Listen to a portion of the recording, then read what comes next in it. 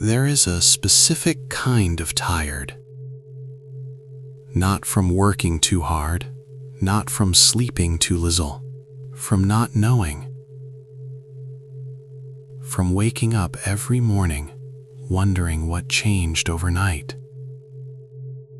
Last month in Davos, Switzerland, world leaders gathered for the World Economic Forum, the biggest meeting of governments and companies on the planet. They were asked one question: how do you see the next 2 years? Half of them said turbulent or stormy. Half. And only 1% said calm. So if you have been feeling like the ground is shifting, you are not imagining it. But here is what I want to explore today. What is that feeling actually doing to you? Not to the economy, not to the world, to you, inside. Let's find out. 1 year ago, that number was 36%. Now, it's 50. 14 points in 12 months. Not because the world suddenly became more dangerous, but because something that people could once hold at a distance started to feel much closer. And here's something worth noticing. The theme of Davos this year, the biggest gathering of world leaders on the planet, wasn't confidence. It wasn't solutions. It was a spirit of dialogue. When the people who know the most choose dialogue over answers, that tells you something real about where we are. So today, this is not about politics, not about economics. It's about something closer. What does living inside all of this actually do to a human being? To your brain, to your body? And what have humans, for as long as humans have existed, learned about how to carry it? That's where we're going. So let's start with the brain, because what's happening inside you right now is not random. It's not weakness. It's your brain doing exactly what it's built to do. Here's something interesting about how the brain works. It doesn't wait for the world to happen, then react. It does something much more complicated than that. It predicts. Every moment, your brain is building a picture of what's about to happen next. What sound will come, what person will say, what the day will bring. And when the world matches that picture, calm. When it doesn't, something switches on. That signal is what we call stress, not because something bad happened, but because the picture didn't match, and the brain needs to know why. Now here's where it gets interesting. A research team at University College London wanted to know something specific. What kind of uncertainty creates the most stress? They set up a simple game. 45 people, rocks, hidden snakes. Turn the wrong rock, electric shock. And they measured 3 things: how people felt, how their eyes reacted, how their skin responded to stress. The most stressful moment wasn't knowing a shock was coming. It was a 50-50 chance, right in the middle, where you couldn't know either way. More stressful than certain pain. Think about that for a moment. The canceled flight is less stressful than the delayed one. When a flight is canceled, you know. You adjust, you move, you make a new plan. The delayed one, you wait, you check, you wait again, keep not knowing. Your brain is not broken. It is doing exactly what brains do. The problem isn't your brain. The problem is that the world right now keeps handing it delayed flights. Wait, did you see the news? Did you check? Should we check again? And when the brain can't settle, it scans, it checks, it looks for new information, that might finally bring certainty. If I just know what's coming, I can prepare. I just need to know. You probably know this feeling. Opening the news, then closing it, then opening it again. Not because you enjoy it, but because some part of you hopes that this time it will be different. Checking doesn't bring certainty. It just confirms that certainty isn't here yet. And the signal switches on again. But what if knowing never comes? This isn't something wrong with you. It isn't weakness. There's actually a name for what you're feeling. Not a clinical diagnosis, just an honest description. Uncertainty fatigue. The exhaustion that comes not from doing too much, but from not knowing for too long. And underneath the fatigue, if you sit with it long enough, there's something else. Something like grief, not for a person, for a feeling, for a world that used to feel more predictable, for a future you thought you could see. The tiredness from the very start of this episode, it isn't just stress, it's mourning. And that's worth saying clearly. What you're carrying has the weight of loss in it. That's real. Your body knows this too. Your body is doing math. It's measuring the uncertainty around you and producing a physical response. Heart rate, muscle tension, a tension that narrows, sleep that doesn't come easily. Right now, it has more equations than it's evolved to solve. Our stress responses developed over hundreds of thousands of years for a different kind of uncertainty, the kind that resolves. Predator or no predator, safe or not safe. Your body gets an answer. It settles. But the uncertainty we're living inside now doesn't resolve that way. It just continues. This is not weakness. This is your body paying attention. And here's the thing. Your reaction isn't unique to you. When people feel this kind of uncertainty, they pull in. They trust a little less. They connect a little less. And when everyone pulls in at the same time, the world feels more separate, which adds to everyone's uncertainty. And this is not just yours. This is happening at every scale. The same pattern, but from further away. Remember that number from the beginning? 50% of world leaders expecting turbulent or stormy times over the next 2 years. There's a second number that matters more. When they were asked about the next 10 years, not just next year, but the whole decade, 57% said turbulent or stormy. And the calm percentage? 1%, same as before. Whether you ask about next year or the next 10 years, 1% calm, both horizons. This isn't a temporary feeling. It isn't a rough patch that passes. It's the shape of where we are. And there's a word for what's creating it. It's a new word, only started being used widely about 3 years ago. Polycrisis. It was first used by a French philosopher named Edgar Morin. Then a historian named Adam Tooze brought it into wider conversation after 2022. What it means is simple, but what it describes is not. Not just many problems at once, problems that feed each other. When one crisis is connected to another, and solving the first one makes the second one worse, that's a polycrisis. Climate pressure changes where food grows. That changes where people move.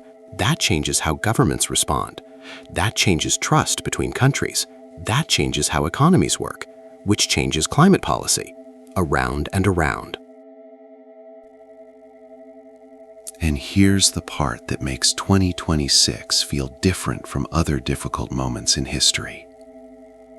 Previous generations had crises, real ones, wars, depressions, famines. But those crises moved at the speed of ships and telegrams. Ours move at the speed of a news alert. A decision made in one country moves through supply chains, financial markets, and conversations around the world within hours. The difference isn't the difficulty, it's the speed and the connection. And 68% of people surveyed expect a world that is more fragmented, more broken into separate pieces over the next 10 years, navigating without a shared map, no GPS. Which brings us back to something we already saw in your brain. Under uncertainty, the brain pulls toward what it knows, toward people who feel familiar, toward groups that offer a clear identity. We know who we are, even if we don't know what's coming. This is why polarization, people pulling into separate sides, is the number 4 risk in the same report. Not because people are becoming worse, because uncertainty pushes everyone toward the same protective move. And when everyone makes that move at once, the world splits further apart, which creates more uncertainty, which pushes people further in. The loop continues. Your reaction isn't unique to you. It's everyone pulling in at the same time, which is why the world feels more separate, not because it is broken, because it is scared. Your nervous system feels the world. And right now, the world is feeding it more uncertainty than it has ever evolved to handle. And yet, even the most powerful gathering on the planet didn't respond to this with more answers. They called the theme of their meeting a spirit of dialogue. When the people who know the most choose dialogue over certainty, that tells you something important about what actually helps. This exhaustion, this grief, this pulling apart, it is real, and it is not new. Every generation has lived inside uncertainty it could not solve. The question has always been the same. What do humans do when they cannot know? It turns out, humans have always known something about this. Humans have always lived inside uncertainty, every generation, without exception.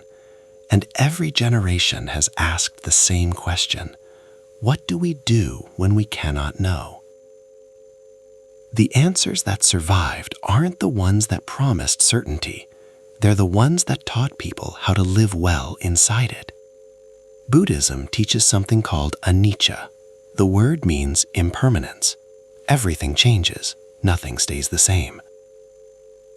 But here's what matters. The suffering doesn't come from change itself. It comes from our resistance to it, from holding on to stability as if stability were something the world promised us. The Buddha didn't teach make things stable.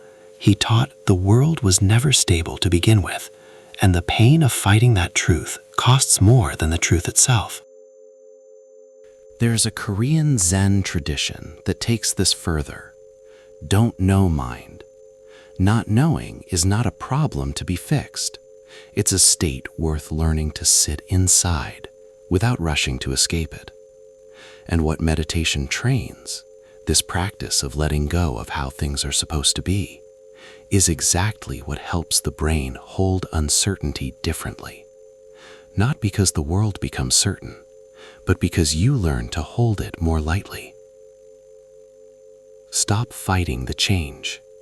The fight is costing you more than the change itself. The second answer comes from a poet. John Keats lived in the early 1800s, lost his parents young, watched his brother die of tuberculosis, knew he was dying of it himself. He was not writing from safety. One evening, after watching Shakespeare perform, he wrote a letter to his brothers. He was trying to describe what made Shakespeare so extraordinary, the ability to hold contradiction without forcing it to resolve. He called what he noticed negative capability. The ability, he wrote, of being in uncertainties, mysteries, doubts, without any irritable reaching after fact and reason. Negative doesn't mean bad. It means open to receiving rather than pushing away. A century later, a therapist named Wilfred Bion took this same idea into his work with patients. He found that sitting with not knowing, rather than forcing a ready-made answer onto a situation that isn't ready, this is not weakness, this is function. What Keats noticed watching Shakespeare, what Bion found working with patients, modern psychology now trains deliberately. The skill of sitting with uncertainty without letting it become unbearable. 3,000 years apart, one pattern. The third answer comes from a soldier, James Stockdale, U.S. Navy pilot, 8 years as a prisoner of war in Vietnam. He carried one book, a handbook by a philosopher named Epictetus, a man who had himself been born a slave. Epictetus described 2 buckets. Everything in your life goes into one of 2 buckets. The first bucket, mine, my thoughts, my choices, my responses, my attention. The second bucket, not mine, the economy, the news, what other people do, where the world is going. He didn't escape uncertainty. He changed his relationship to it. You can still care deeply about what's in the second bucket, but your suffering isn't serving it, it's just costing you. The Stoics had a way of describing how they acted. They acted fully, gave everything to what was theirs, while holding the outcome loosely. Fate permitting, they said.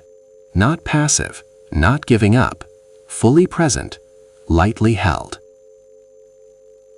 And what modern psychology calls learning to live with uncertainty.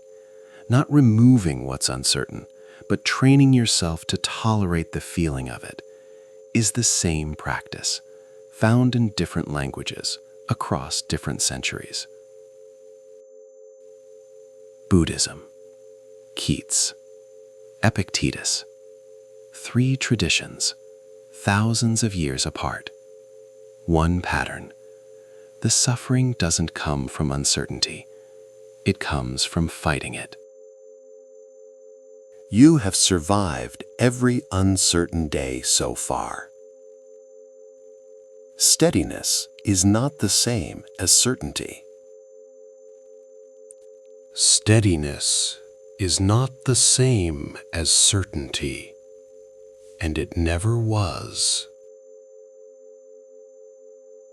The storm has been here before, and before that.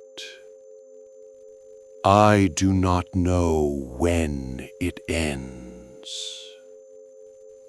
I never have. But I am still here. That is enough. That is the difference between certainty and steadiness. Certainty says, I know the storm will end. Steadiness says, I am still here while it moves. So let's come back to where we started. That specific kind of tired. Not from working too hard. Not from sleeping too little. From not knowing. Here's what we now understand about that feeling. Your brain is not broken. The world is genuinely harder. And humans, for as long as humans have existed, have known something about how to carry this. The prediction machine inside you is doing its job. The ancient wisdom traditions were solving the same problem. The not knowing mind, the negative capability, the two buckets, all of them pointing at the same thing. Not how to remove the uncertainty, but how to stand inside it without being destroyed by it. And there's one more thread. Viktor Frankl was a psychiatrist, a doctor who studied the human mind in Vienna. During the Second World War, he survived 4 concentration camps, including Auschwitz. He lost almost everyone. He had nothing left that was certain. What he found, and later wrote about, was this: even when everything else is uncertain, one thing remains yours: how you respond. Viktor Frankl understood this not as philosophy, but as survival. In the hardest possible circumstances, he found that meaning, not certainty, was what humans could hold on to when everything else was gone. And what gave that meaning shape, what humans carried through every uncertain era, was not knowledge of the future. It was connection to each other in the present. What community gives us in uncertain times is not answers. It's shared presence, trust that doesn't require certainty to function. You don't need everyone to know what comes next. You need people to move through it with. The prediction machine, the ancient traditions, the nervous system that feels the world, the two buckets, the mountain that doesn't move, all of it, every lens, pointing at the same place. The goal was never certainty. The goal was steadiness.